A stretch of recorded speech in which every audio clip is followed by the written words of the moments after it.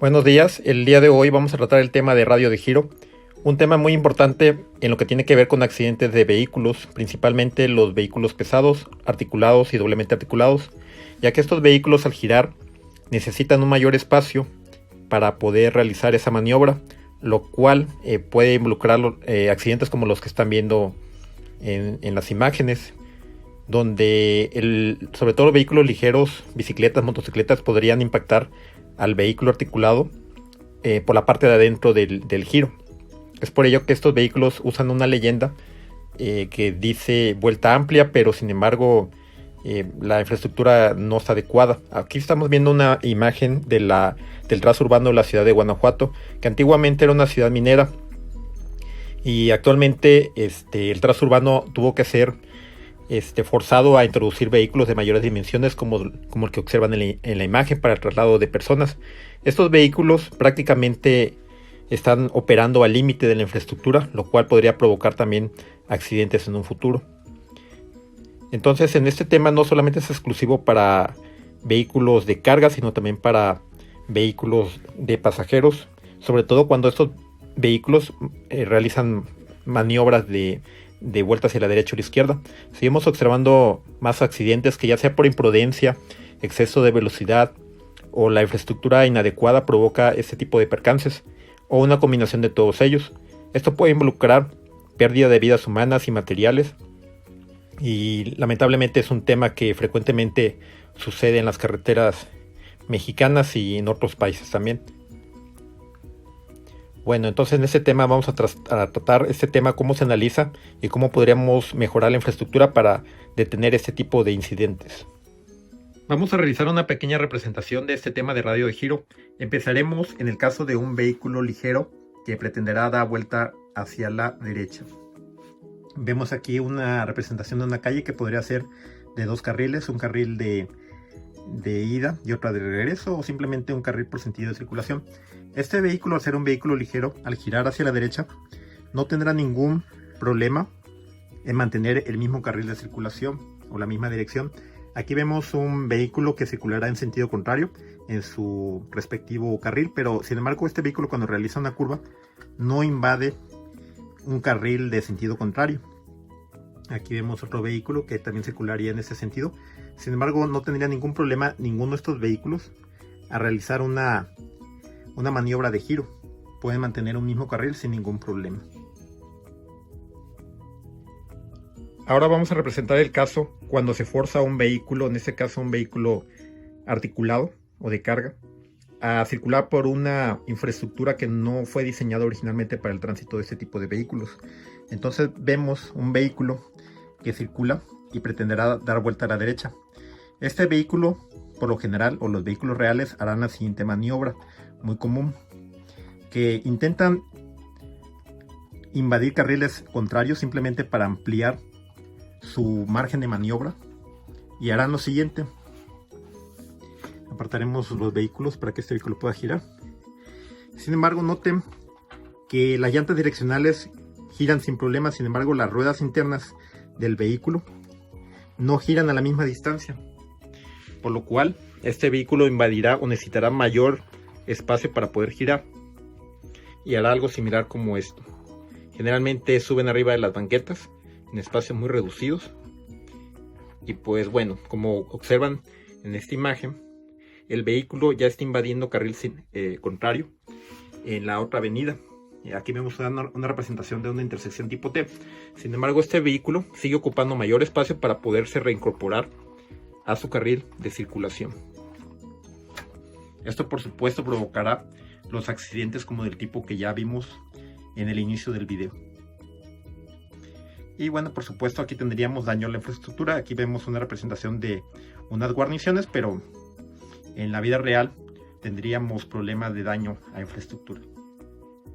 Bueno, continuamos explicando la situación de radio de giro en estas maniobras que realizan los vehículos, en este caso articulados, para poder girar. Sin embargo, ya dijimos que este tema se puede analizar inclusive para vehículos compactos cuyo chasis es integral, y aquí tenemos un vehículo, vamos a decirlo así, en dos piezas, ¿no? El tractocamión y el semirremolque.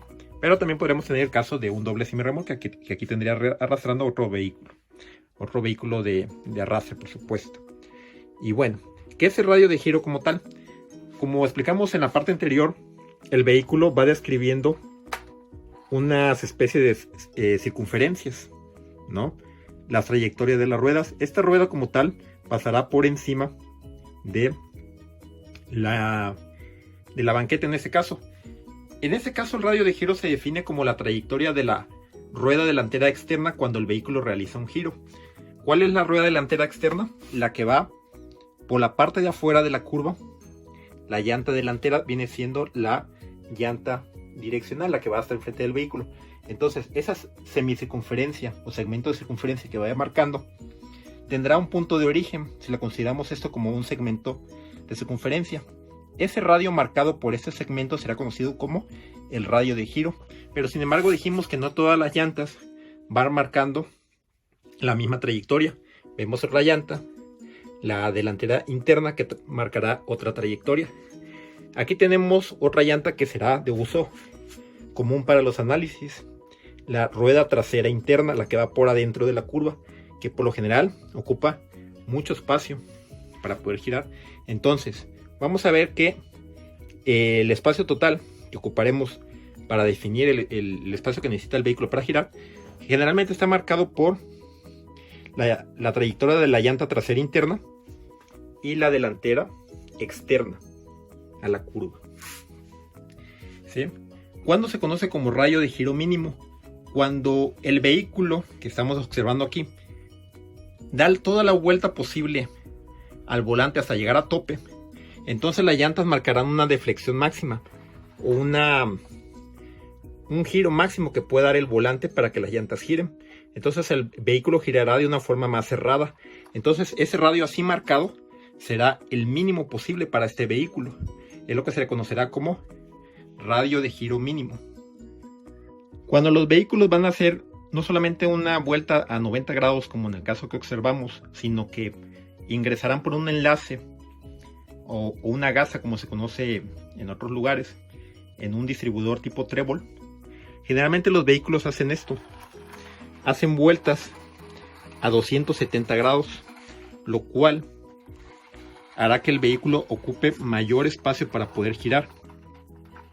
Muchas veces esa amplitud que necesita el vehículo para poder girar no es alcanzada sino hasta curvas como de este tipo de 270 grados. Para 90 grados generalmente no se alcanza esa deflexión máxima, ese espacio máximo que ocupa el vehículo para girar. En algunos vehículos sí, en algunos vehículos no. Tendrían que ser vueltas más críticas como este tipo, y eso lo veremos más adelante con la definición de vehículos de proyecto. Existen unas medidas que tenemos que definir para poder usarlo en las fórmulas que vendrán a continuación. Estas medidas son las siguientes. Ya hablamos de la definición de radio de giro, pero necesitamos definir otras distancias. Una de las más importantes serían las siguientes. La longitud total del vehículo, que será desde el tope frontal, vamos a decirlo así, hasta el borde trasero del vehículo. La longitud total aquí marcada será por la longitud total del vehículo. Otra de las más importantes es la distancia entre los ejes más alejados de la unidad, o distancia entre ejes extremos. Quiere decir que del centro de la llanta, en el mero eje del eje más adelantado, hasta el eje que se encuentre más atrás, a su centro, será el famoso DE, o distancia entre ejes extremos. También otra que manejaremos es la distancia entre los ejes más alejados del tractocamión, el DET. En pocas palabras, si este es el tractocamión y estos son sus ejes, vamos a tomar la distancia de sus ejes más alejados, del que está más adelante, como en este caso, hasta el más atrasado. Entonces la distancia que exista de aquí a acá será el famoso DET. Otra que ocuparemos es el DES, distancia entre la articulación y el eje del semirremolque. Cuando el semirremolque tenga más ejes tipo tándem, esta distancia se mide hacia el centro del tándem. Ejemplo, será aquí en la articulación de la famosa quinta rueda hasta el centro de los ejes más atrasados del vehículo. En este caso, como tenemos tipo tándem o ejes dobles, será en el centro de este vehículo, en ese conjunto de ejes, donde tenemos que medir. Entonces repito, desde ese centro de ese conjunto de ejes hasta la quinta rueda será el DES. Aquí donde acaba el eje delantero hay un espacio libre hacia el tope, ¿no? Ese espacio que tenemos del centro del eje hasta el tope será conocido como vuelo delantero, de aquí hasta donde termina el vehículo. Otra importante que vamos a ocupar es la distancia que existe del eje más atrasado a su centro hacia donde termina el vehículo, será el vuelo trasero. Otra de las medidas que ocuparemos serán las siguientes. Será la entrevía del vehículo. La entrevía del vehículo es la distancia que existe desde la cara externa de la llanta, esta que vemos aquí, hasta la distancia que vemos acá de esta llanta. Esa distancia será la entrevía del vehículo. El ancho total del vehículo para vehículos articulados o vehículos, de hecho para todos excepto el vehículo compacto, se considera que el ancho del vehículo es igual a la entrevía. En pocas palabras, que la carrocería del vehículo coincide teóricamente con la cara exterior de las llantas. Entonces, el ancho total del vehículo y la entrevía será el mismo. Existen otras distancias que no es que no sean importantes, simplemente que no las vamos a ocupar para fines de estos análisis. Otras distancias importantes que podemos mencionar es la altura de los faros de la parte frontal del vehículo. La distancia que existe del faro hacia abajo será la altura de faros frontales. Tenemos también la altura de los ojos del conductor, más o menos donde se encuentra la altura de los ojos del conductor hasta la superficie del camino, será esa distancia. También tendríamos la distancia de los faros traseros. Bueno, no todos los vehículos son fabricados por la misma marca o la misma industria automotriz o empresa que se dedica a ello. Existen muchos tipos de marcas que podrían fabricar vehículos, por ejemplo, de este tipo. Pero el problema sería que no todos tienen exactamente las mismas medidas. Entonces eso sería un problema si vamos a analizar un vehículo, como en este caso un T3 S2, un tractocamión de 3 ejes y 2 llantas en el remolque. O sea, porque si hay muchas empresas que fabrican el mismo vehículo pero no tienen las mismas medidas, entonces necesitamos generalizar esas medidas para poder hacer un análisis para vehículos de este tipo. Para ello se ocupa entonces la definición de vehículo de proyecto. Un vehículo de proyecto será un vehículo que en realidad no existe, es un vehículo hipotético que se ocupa para diseño de calles y carreteras principalmente. Por ejemplo, las intersecciones, las ampliaciones, en curvas. Bueno, entonces ese vehículo en realidad existe nada más en tablas, en modelos computacionales, en gráficas. Lo que hace el vehículo de proyecto es que le da esas medidas generalizadas tal que represente a la mayoría de los vehículos de este tipo. Por ejemplo, habrá un vehículo de proyecto que exista en tablas que represente un vehículo de este tipo y que involucre a todos los fabricantes que manejan vehículos del que está representando. Pueden ser vehículos que sean dimensiones extraordinarias que se escapan de lo habitual, entonces eso ya no entrarían dentro de ese vehículo de proyecto, ya no quedará representado. Pero por lo general esos vehículos de proyecto manejan mayores pesos o es más pesado de uno real o de la mayoría de los reales de ese tipo. Tendrá unas dimensiones mayores y eso a su vez es bueno porque si un vehículo hipotético con el que estemos diseñando una carretera, al tener características más críticas y esa carretera puede albergar a vehículos de ese tipo que puede circular con toda seguridad, entonces quiere decir que vehículos reales de este tipo que tienen características inferiores, o sea son más pequeñitos o pesan menos, entonces no tendrán ningún problema en circular por esa carretera que fue diseñada con un vehículo de proyecto que representó, por ejemplo, a este. ¿Sí? Entonces, en pocas palabras, si el vehículo más crítico que existe en tabla se usó para diseñar esa carretera y ese vehículo hipotético puede pasar o circular sin ningún problema, entonces un vehículo real que pese menos y tenga menos dimensiones no tendrá ningún problema entonces a pasar por esa intersección o por esa curva o por esa calle. Bueno, entonces sería todo por este video. Ya en posteriores ya mencionaremos más detalles de estos vehículos de proyecto, sus características y cómo hacer los análisis y cálculos necesarios. Bueno, muchas gracias por este video y nos vemos en el siguiente.